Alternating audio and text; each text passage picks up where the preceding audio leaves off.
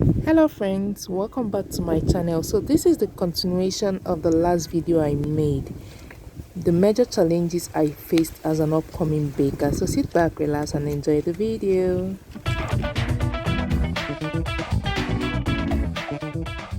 So the number two challenge I faced was how to make very tasty cakes, how to bake very tasty cakes. Then when I started, I would go out, I'll go to events. So when I test other people's cakes, I will notice that there is something special about their cakes, but mine was not really what I wanted, or it wasn't how I wanted it to be. There is something that is lacking in my own cake. And in the early days of my baking, now I noticed that most of my cakes were oily. So I started doing a lot of things to see that my cakes would turn out very perfect and very lovely. So I started upgrading myself. When I talk of upgrade, it's not just maybe picking up recipes from the net, reading books. No, I had to pay to upgrade myself. Yes, when I started when I started my business, I would say yes that I learned cake baking too as well when I was not really into the business. But at the time, you see that those things you learned way back was not really the things that were in vogue. There are certain things, certain techniques, certain principles, certain things you need to apply in the modern days. So like when we started, before I became a baker, how I learned, we didn't learn with mixer, it was just manual mixing. But today, you hardly see people that do manual mixing now. A lot of people, they start with mixer and all that. So there are lots of things I did to upgrade myself. I had to start taking different online courses. I had to start taking different physical on-site classes. I will go there, attend, learn, and all that. I will go to people one-on-one privately, teach me how to bake this, teach me how to bake this. And in so doing, I upgraded myself very well. I sacrificed my time to really learn. So that is one thing about me. I always learn. I'm always willing to learn. I don't stop learning. Even till now that I teach people different recipes, I still learn. Because there's this saying that if you stop learning, that means you're dead or something like that. But for me, I would advise you as an upcoming baker, always upgrade yourself. Don't feel that you know it all. You can't know it all. You can't be satisfied that you have learned everything. You always need to learn. You always need to upgrade yourself, because you might learn today, the flavors you're using today might not really be the flavors that are reigning or that is going to reign tomorrow. So you keep learning, you keep upgrading yourself. I always advise people, don't limit yourself. Always be willing to learn at all times. Be willing to upgrade yourself. And this thing we're saying, or we're talking about upgrade, you need to sacrifice. It's all about time too. It's all about money. A lot of people are scared that they don't want to spend money. A lot of people are scared they don't have money to spend to learn another thing. But it's not always like that. Even if you get a little job now, then there is this little gain you may just use it and upgrade yourself. Look out for something that you will learn. I keep telling people, learning helps a lot, because if you feel that you've learned everything, if you feel that you know it all, at a point you'll be disappointed. You go out there and you know that you don't even know anything. You can't even stand competition, because new trends, new techniques keep coming out every day. You can even learn vanilla cake today. By tomorrow, there's another type of vanilla cake that people are looking for. No longer the rocky type. So you need to upgrade yourself at all times. So when I started as an upcoming baker, I had that challenge to make good cakes. And by the time I upgraded myself, I stopped having oily cakes. I didn't know I was adding so much margarine and butter to my recipes. So when I learned about the right technique to use, when I learned the right recipes, I stopped experiencing all those things. And I'll probably say anywhere I take my cakes to, or any person I make cakes for, when they put it out there, when people test my cake, they're like, wow, who made this cake? This is so delicious. And at the back, I was smiling, wow, because I know within myself, I've also given out, I've also learned a lot of things. I've also upgraded myself to the level that I can now say, yes, if not for any other thing, I have tried.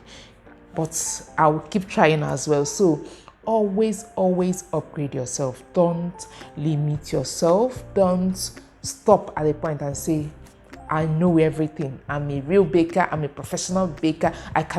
What are you or who are you to teach me? No. Put that aside. Set it aside. There are things you know, or there are things other people know that you need to know as well. So exchange ideas. Try and explore.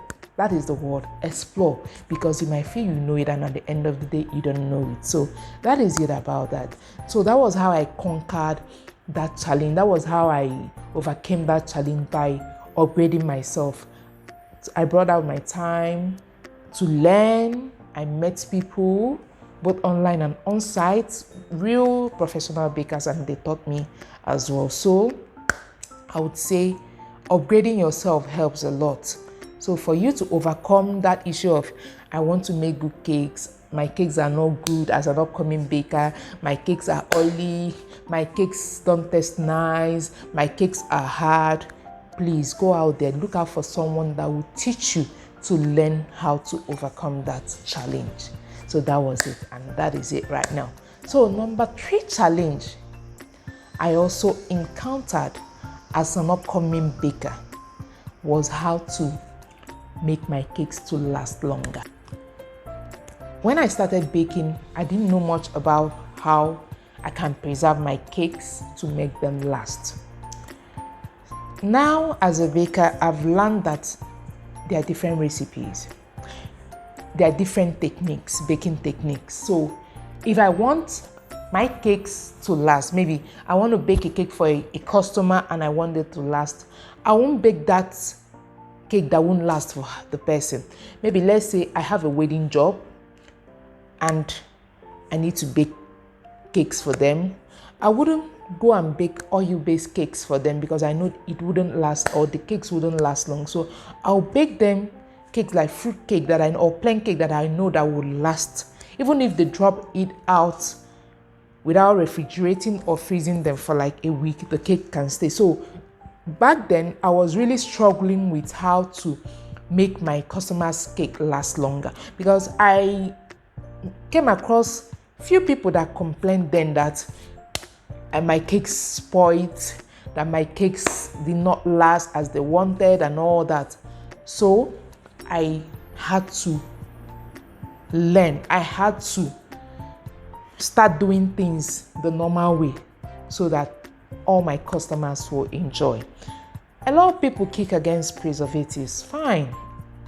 I don't have anything to say about that. But for me, as a professional baker, I've learned that it's always good to preserve your cakes. Look at a lot of things we'll have right now. If you go out to the stores, you buy milk, you buy a lot of things. Most of those edible things have preservative in them. So likewise, cake is also meant to have preservative if you want it to last longer. But if it's a cake that you know that will be consumed within a day or within 2 days, no need to add the preservative. But if you know that it's a cake that people will love to keep and you're not even sure of how they're going to keep their cake. You know, some people, when you give them cake, they'll just drop it on the table and leave it there. Even when they come back in the next week or next 2, they want to expect that cake will be fresh. Like, it doesn't happen that way, but at least you should enlighten them that this is cake. Please, it's either you freeze, it's either you refrigerate, or it's either you keep it in a cool area or all that. So you have to also enlighten your customers, because most of them don't know how to preserve their cakes as well. So for me, as a professional baker, I always preserve my cakes too. When it comes to the recipe that needs alcohol-based recipes like fruit cakes, I use my brandy to preserve these cakes. I culture my fruit cakes as well. I also add additional preservatives, powdered preservatives to my recipes as well to make them last at least a week out there. even if they don't freeze or refrigerate it. But then I didn't know all those things. I'll just make cake, give people, and they'll just drop it. At the end of the day, they'll tell me, your cake spoiled and all that. But since I started applying the right techniques of preserving my cake, adding additional preservatives to my cake, I've never witnessed, or I've never had any person or anybody or any customer tell me my cake spoiled, this and all that. So, and another thing, if I don't want to add, like my oil-based cake recipes, I don't add preservatives. I tell them, please consume within a day or two. Don't even freeze, just consume it within a day or two. So most of them are now aware, this cake doesn't stay long. It's good for us to just share it and give it out to people so that there is no need of keeping it. So enlighten your customers. If you're that type that doesn't want to add anything to your cake, enlighten your customers. So that is it about preservation of cakes, how I passed that hurdle, how I stopped having spoiled cakes. Because then, as an upcoming baker, I experienced it a lot. A lot of people used to tell me my cake spoiled. So I now researched a lot. I learned from people that are more enlightened than me then.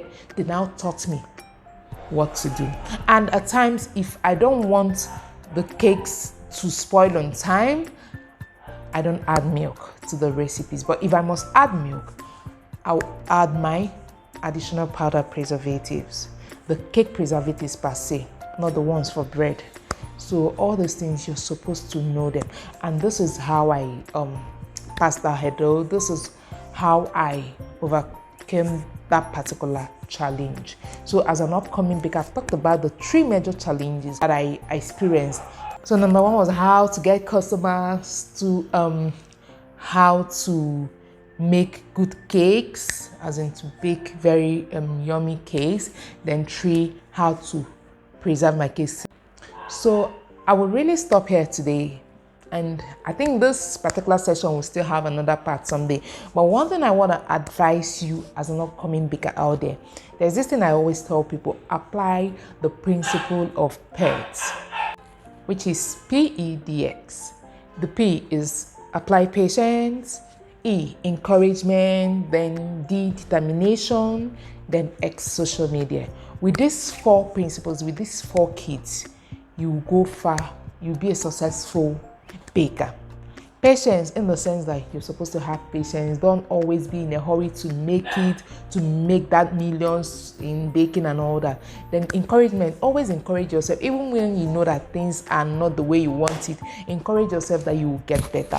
When it comes to determination, be determined. Look out for a mentor. Look out for someone that will read, that you look up to, that you want to be like the person. Try as much as possible to learn. If it's learning from that person, learn from that person and be like that person. Then social media, don't joke with your social media handles at all. Facebook, Instagram, YouTube, Twitter, they have all lots. Utilize them, use them and work. Use them so that they will work for you.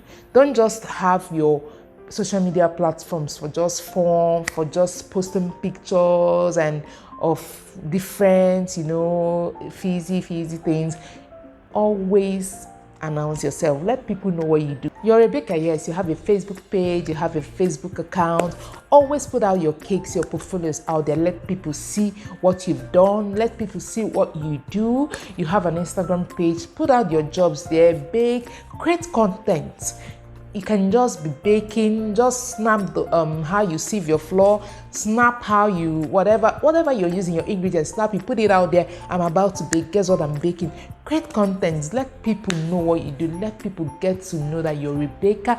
Announce your business. Tell people about your business so that they will know and patronize you. So I believe with all those things, with all these principles, with my story, you can go a long way to also make it as well in this cake world. So I know it's not easy, but if you do the right things, it will be easy for you at the point. So till some other time, see ya, and make sure you subscribe to my channel, like this video, and I hope you learned something today. As an upcoming baker, apply the right principles, do the right thing, and it will work for you.